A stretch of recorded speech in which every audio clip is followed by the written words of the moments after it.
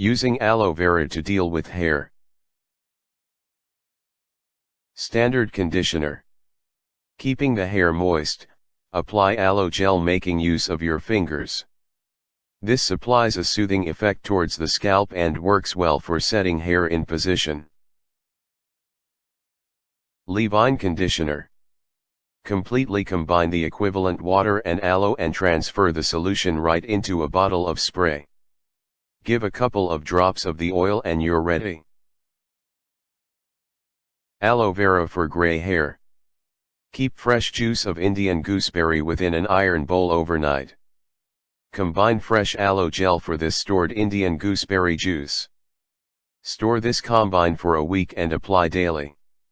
You must do this not less than 3 months for visible improvement in hair color. Aloe vera for itchy scalp.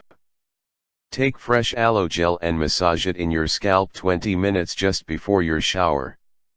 Leave it on for at least 20 minutes and wash having a mild shampoo and conditioner. Aloe vera as Publish Hair Styling Serum. Instead of using commercially made hair serums for greasy, lustrous hair, you should use aloe gel. Have a pea-sized volume of the gel and put it on over your hairdo.